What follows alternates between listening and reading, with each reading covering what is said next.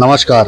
इस समय हम मौजूद हैं पूर्वी दिल्ली के मयूर विहार इलाके में स्थित कुकरेजा हॉस्पिटल। हम आपको बता दें, पीड़ित महिला ने डॉक्टरों की रिपोर्ट को लेकर उठाए सवाल। आखिर क्या है पूरा मामला, सीधा जुड़ेंगे पीड़ित महिला से। किन कारणों के चलते अस्पताल प्रशासन पे लगाए गंभीर आरोप। हाँ, मेरा नाम निर्मला शर्मा है। क्या घटना हुई थी और कब की घटना है? ये जो घटना हुई है ये 7 सितंबर की बात है। मैं दिन में अपना आराम से उस दिन जन्माष्टमी वाला दिन था। मैं अपने घर के कामों में लगी थी। अचानक से मेरे पेट में एकदम दर्द हुआ और लूज मोशन और वॉमिटिंग हुई। तो मैंने हस्बैंड को बोला कि मेरे पेट में बहुत दर्द हो रहा है, मुझे बर्दाश्त नहीं हो रहा है। तो इन्होंने वो पूछा मुझसे कि हॉस्पिटल जाएगी? मैंने कहा हाँ, मुझे हॉस्पिटल जाना पड़ेगा। तो ये मुझे लेकर हॉस्पिटल आए, कुकरेजा हॉस्पिटल जो मयूर विहार फेज़ 1 में है। जी, जी। ये मुझे हॉस्पिटल लेकर आए, उन्होंने देखा, चेक किया। उन्होंने सबसे पहले तो मुझे दर्द का इंजेक्शन लगाया। एक नहीं, उन्होंने 2 इंजेक्शन मुझे लगाए, जिससे 10-15 मिनट बाद मेरा दर्द थोड़ा-सा कंट्रोल में आया। फिर उन्होंने हस्बैंड को दवाई लेने के लिए केमिस्ट पर भेजा और उसके बाद में उन्होंने कहा कि इनको बहुत सीवियर पेन है, इन्फेक्शन है, तो हमें इन्हें एडमिट करना पड़ेगा। तो मतलब मैंने कहा आपने कुछ कराया नहीं, कुछ नहीं बोला, आपने सीधा एडमिट। तो उन्होंने कहा, मैंने कहा अल्ट्रासाउंड करा लो आप एक। फिर उन्होंने कहा ठीक है, हम आपका एक अल्ट्रासाउंड कराते हैं, आप शाम को 7 बजे आ जाना, आप एडमिट हो जाओ। मैंने कहा मैं अभी तो एडमिट नहीं हो सकती हूँ, घर में पूजा का त्योहार का दिन है, पूजा का सारे मतलब जगह जगह जी, जी, पूजाओं जी, का जी, माहौल है। तो मैं घर चली गई। मैंने उनसे बोला, मैंने कहा आप अल्ट्रासाउंड के लिए मैं आ जाऊँगी, आप ना अभी शाम के लिए मुझे दवाइयाँ दे दो जिससे मेरा दर्द थोड़ा-सा कंट्रोल में रहे। जी, तो उन्होंने मुझे दवाइयाँ लिख दी, मेरे हस्बैंड गए दवाई लेकर, हम घर आ गए। फिर उन्होंने हमें 7-8 बजे का अल्ट्रासाउंड का टाइम दिया, हम दोबारा हॉस्पिटल में गए। 7-8 बजे हमने डॉक्टर का वेट किया वहाँ पे, 8 साढ़े 8 बजे हमारा अल्ट्रासाउंड हुआ। जी, अल्ट्रासाउंड की रिपोर्ट आई, रिपोर्ट लेके हम डॉक्टर के पास गए इमरजेंसी में। जी, तो वहाँ डॉक्टरों ने रिपोर्ट देखी, रिपोर्ट देखने के बाद में मतलब उन्होंने बोला कि आपके लीवर में इन्फेक्शन और स्वेलिंग है, मतलब आपका फैटी लीवर आया है। जी, फैटी लीवर और पेट में बहुत ज़्यादा इन्फेक्शन है जी, और आपकी ओवरी में भी सिस्ट आई है, मतलब कोई गाँठ जी, जी, जी, है, जी, वो आपकी ओवरी में आई है जी, और आपको एडमिट करना पड़ेगा। मेडिसिन पर हम आपको नहीं डाल सकते हैं, जी, क्योंकि जो एडमिट का प्रोसेस जो होता है दवाइयों का वो अलग होता है, जी, वो उसी से कंट्रोल में आता है इन्फेक्शन, दवाइयों से वैसे घर की दवाइयों से कंट्रोल में नहीं आएगा। तो मैंने बोला उनको, मैंने कहा आप देख लो, मैं कल आकर एडमिट हो जाती हूँ, आप मुझे दवाई दे दो अभी रात के लिए, क्योंकि बच्चे भी घर पे अकेले हैं, छोटे-छोटे बच्चे हैं मेरे। जी, तो हम गए, मैंने रात को दवाइयाँ खाई, फिर सुबह भी मुझे दर्द हुआ, मैंने सुबह भी दवाइयाँ खाई। जी, फिर उसके बाद में जन्माष्टमी वाले दिन फिर दोबारा मैं मतलब जन्माष्टमी के दूसरे दिन जी, 8 तारीख को। 8 तारीख को मैं आकर हॉस्पिटल में एडमिट हो गई। जी, इन्होंने डॉक्टरों ने ट्रीटमेंट शुरू किया मेरा। जी, ट्रीटमेंट शुरू करने के बाद में 4 साढ़े 4 बजे इन्होंने मेरा ब्लड सैंपल और यूरिन सैंपल लिया। जी, उसके बाद में हस्बैंड मेरे साथ ही थे पूरे दिन हॉस्पिटल में। जी, रात को 10 बजे डॉक्टर मेरे रूम में वार्ड में आते हैं और कहते हैं कि आपके साथ कौन है? जी, मैंने कहा मेरे हस्बैंड हैं। जी, कह रहे बुलाओ उन्हें। मैंने इनको कॉल किया, ये थोड़ा इधर-उधर चले गए थे जी, उस टाइम पे। मैंने इनको कॉल किया, मैंने कहा आपको डॉक्टर बुला रहे हैं, आप आ जाओ। ये 10 जी, मिनट में वहाँ हॉस्पिटल में आ गए। जी, डॉक्टर से बात करी इन्होंने और ये अचानक से मेरे रूम में वार्ड में आकर बैठ गए। मतलब जी, ऐसे करके दिल पे हाथ रख के और ऐसे करके, मतलब जी, जी, एकदम, मतलब मैं खुद शॉक थी कि क्या हुआ, डॉक्टर ने क्या बोला। जी, मैंने हस्बैंड को पूछा, मैंने कहा क्या हुआ? हुँ, तो पहले तो थोड़ी देर चुप रहे। चुप रहने के बाद में कहने लगे कुछ नहीं हुआ, हुँ, किडनी में कुछ प्रॉब्लम आई है। मैंने कहा फिर क्या करेंगे ये? हुँ, तो कहने लगे कुछ नहीं, अभी किडनी वाले जो डॉक्टर हैं उनको बुलाया है, वो चेक करेंगे। रात को हमने वेट किया, 1 डेढ़ घंटा वेट किया। रात को साढ़े 11 के आस-पास किडनी वाले डॉक्टर आए। हुँ, उन्होंने रिपोर्ट्स वग़ैरह देखी मेरी और कहने लगे आपकी दोनों किडनियाँ फ़ेल हैं। अच्छा, हाँ, मतलब वार्ड में मुझे बोल रहे हैं कि आपकी दोनों किडनियाँ फेल है और आपको तो डायलिसिस करानी पड़ेगी। बिना डायलिसिस के कोई ऑप्शन नहीं है आपके पास में। जी मतलब मैं इतना हिल चुकी थी कि मुझे समझ में नहीं आ रहा था कि मैं क्या करूँ, क्या सोचूँ। मतलब हस्बैंड भी इतना परेशान, मैं भी परेशान, घर पे अकेले बच्चे, क्या करें क्या नहीं कुछ समझ में नहीं आ रहा था उस टाइम पे। तो इन्होंने कुछ खर्चा बताया आपको डायलिसिस का? उस टाइम पे तो कुछ नहीं बोला, डॉक्टर आए थे जो उस टाइम पे उन्होंने कुछ नहीं बताया, वो सिर्फ जी देखकर चले गए। उन्होंने कहा डायलिसिस ही ऑप्शन है और कोई ऑप्शन नहीं है। फिर नेक्स्ट डे मतलब मेरा एक सैंपल और लिया गया। जी एक सैंपल लेने के बाद में 9:30-10 बजे डॉक्टर राजन प्रधान जी आए। उनसे मेरे हस्बैंड ने पूछा कि क्या ट्रीटमेंट है, क्या होगा? उन्होंने कहा जी हम तो 5 या 6 जब आता है पेशेंट का तभी हम डायलिसिस पे भेज देते हैं। जी आपकी तो किडनी फेलियर 8.5 आई है तो आपका तो होगा ही होगा, जी जी कोई ऑप्शन ही नहीं है। जी तो मेरे हस्बैंड ने पूछा कि क्या खर्चा होगा, कितने दिन आप रखोगे? जी तो उन्होंने बोला कि 30 से 35 लाख का खर्चा आ जाएगा जी और कितना इतना लंबा प्रोसेस है और हम बता नहीं सकते अभी और कितना लगेगा। जी 30 से 35 लाख का खर्चा आएगा, कितने दिन रखना पड़ेगा ये भी नहीं बता सकते जी कि काफ़ी लंबा प्रोसेस है। बहुत हो सकता है हफ्ते में मतलब हफ्ते में 2 डायलिसिस भी हो सकता है हफ्ते महीने में 4 डायलिसिस भी हो। हम्म, तो हम लोग बहुत ज़्यादा घबरा गए। जी तो घबराने के बाद में हम लोग बाहर गए, हस्बैंड से, फैमिली से, सबसे, सभी रिश्तेदारों से बातचीत हुई। मतलब माहौल इतना ख़राब हो गया घर का, मतलब सब मेंटली डिस्टर्ब इतने हो गए कि कुछ हम क्या कहें, क्या सोचें, क्या करें, कुछ समझ में ही नहीं आ रहा था। जी उसके बाद उसके बाद हस्बैंड ने डिसाइड किया कि हम यहाँ पे ट्रीटमेंट नहीं कराएँगे, हम जी कहीं और लेके जाएँगे। जी तो क्या इन्होंने आसानी से डिस्चार्ज किया था आपको? नहीं, इन्होंने डिस्चार्ज नहीं किया। इन्होंने बोला, मतलब बोला क्या, इन्होंने, मेरे हस्बैंड ने बोला कि हम अपने पेशेंट को डिस्चार्ज कराएँगे। जी तो उन्होंने कहा कि हम ऐसे डिस्चार्ज नहीं कर सकते, अच्छा आपको लिख के देना पड़ेगा कि हम अपने पेशेंट को अपने उससे लेके जा रहे जी हैं। ज़बरदस्ती मेरे हस्बैंड से लिखवाया जी कि आप अपनी मर्ज़ी से अपने पेशेंट को लेकर जा रहे हैं। जी उसके बाद में भी मतलब कहा कि अगर आपको ऐसा लगता है तो कुछ 19-20 हो जाएगा, उसकी कोई हाँ, दिक्कत नहीं है। यानी पैसे कुछ कम कर लेंगे हाँ, जी हाँ, ऐसा इन्होंने जी बोला जी जी कि 19-20 हो जाएगा, आपको जब भी लगे आप आकर भर्ती हो जाना। जी जी। जी उसके बाद आपको कैसे पता लगा कि आप स्वस्थ हैं, आपकी किडनियाँ दोनों ठीक हैं?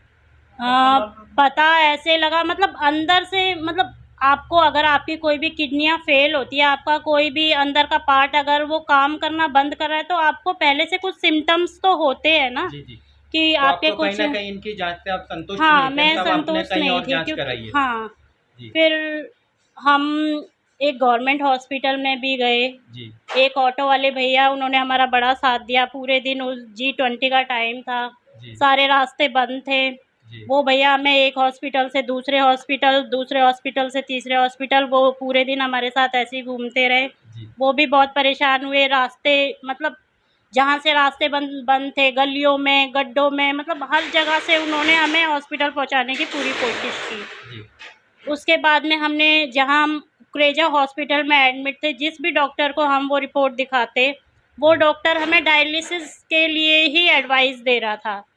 तो उनकी वो रिपोर्ट देखकर हर डॉक्टर हमें डायलिसिस के लिए ही बोल रहा था कि आपको तो डायलिसिस करानी ही पड़ेगी, जी, इसके अलावा आपके पास कोई ऑप्शन ही नहीं है। जी, उसके बाद मैंने कहा कि नहीं, हम ना अब ये रिपोर्ट किसी भी डॉक्टर को नहीं दिखाएँगे, हम एक दूसरा टेस्ट कराते हैं। जी, जो किडनी का जो भी टेस्ट होता है, जी, जी, जी, हम डॉक्टर लाल पैथ में गए, जी, वहाँ हमने अपना टेस्ट कराया। जी, हमने डॉक्टर से भी वहाँ के जो जो टेस्ट करते हैं उनसे भी बात की कि ऐसे-ऐसे डॉक्टर ने हमें बोला है किडनी फ़ेल के लिए, तो क्या मतलब रिपोर्ट आपकी ठीक तो आती है? उन्होंने कहा देखो जी, ठीक आती है रिपोर्ट, हमारा ट्रस्टेड लैब है, कोई ऐसी लैब नहीं है। जी, जी, काफ़ी बड़े स्केल पे हमारी लैब है, हो सकता है 19-20 हो जाए। जी, 19-20 का हो सकता है, थोड़ा 1-2 पॉइंट ऊपर-नीचे।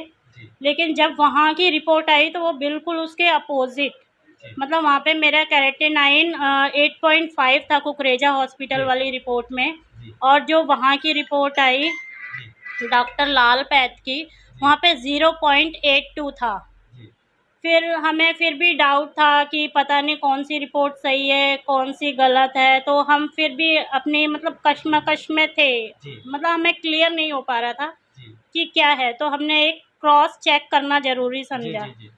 तो फिर हमने एक प्राइवेट लैब से और टेस्ट कराया, राजरानी लैब से, तो वहाँ पे भी हमारा जो था वो कैरेटिनाइन 0.79 आया। यानी लाल पैथ हाँ लैब से हाँ, मिलता-जुलता आया। बिल्कुल मिलता जुलता आया। तो फिर हमें पूरा 100% श्योर हो गया कि इनकी रिपोर्ट गलत है, और यहाँ पे कुछ ऐसा गलत काम होता है कि जिसके बारे में पब्लिक को नहीं पता है, और काफ़ी बड़े स्केल पे यहाँ पे गलत काम हो रहा है। लोगों को फंसाया जाता है, उनकी किडनियाँ निकाली जाती हैं, उनके डायलिसिस के बहाने से पैसा ऐंठा जाता है।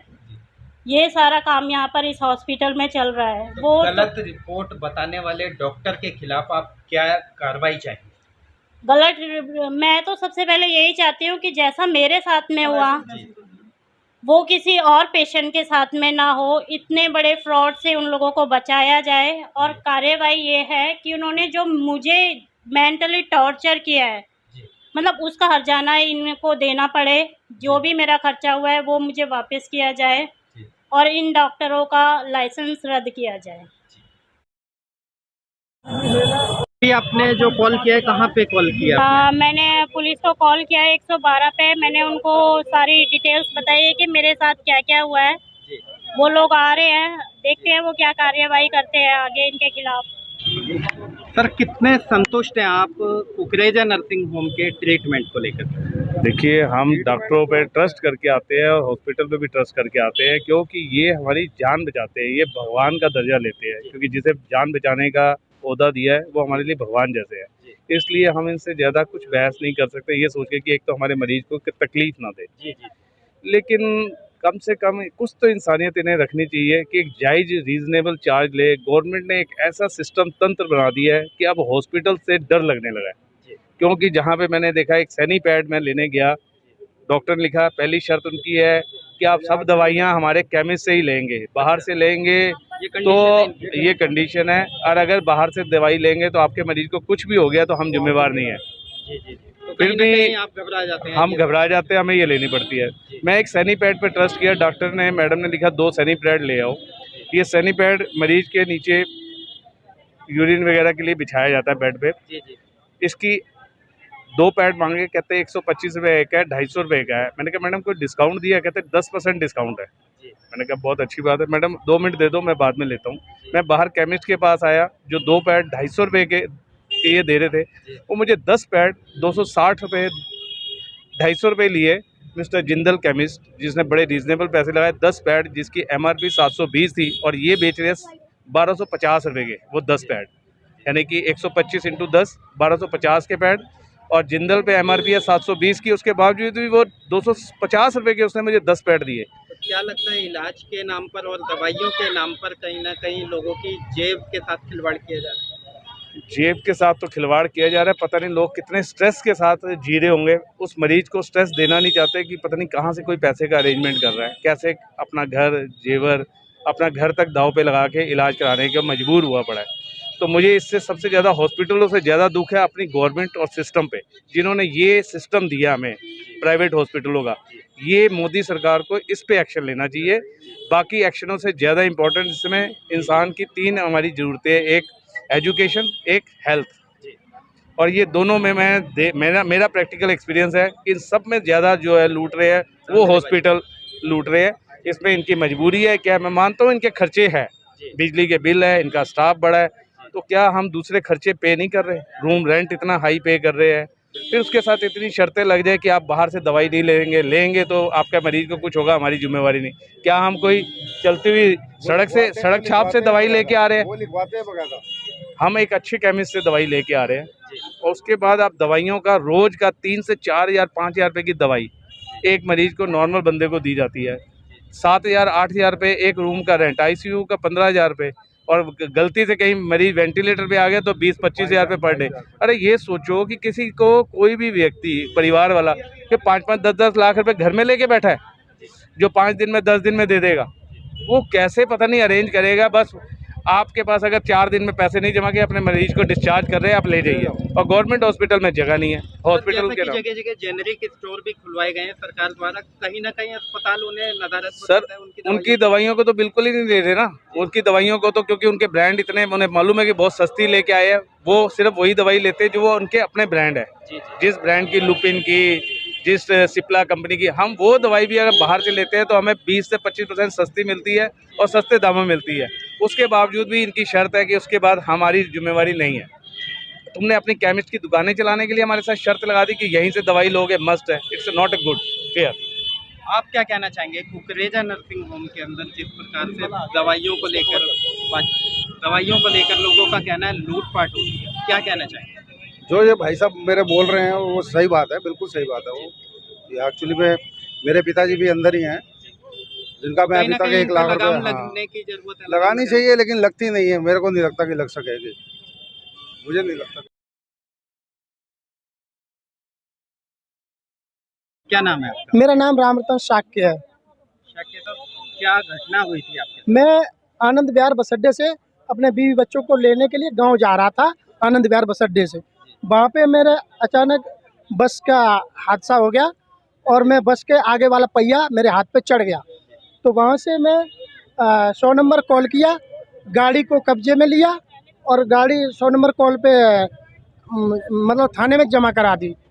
एक दिन ड्राइवर भी बंद रहा, बस भी बंद रही और मेरा इलाज हुआ लाल बहादुर शास्त्री हॉस्पिटल में। फिर वहाँ से रेफ़र कर दिया ट्रॉमा सेंटर के लिए।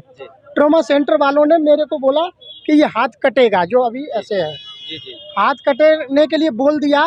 फिर उसके बाद क्या बोलते हैं, मैंने सोचा हाथ तो नहीं कटवाना है, तो फिर मैं आ गया कुकरेजा हॉस्पिटल। यहाँ पे मैंने अपने हाथ को दिखाया।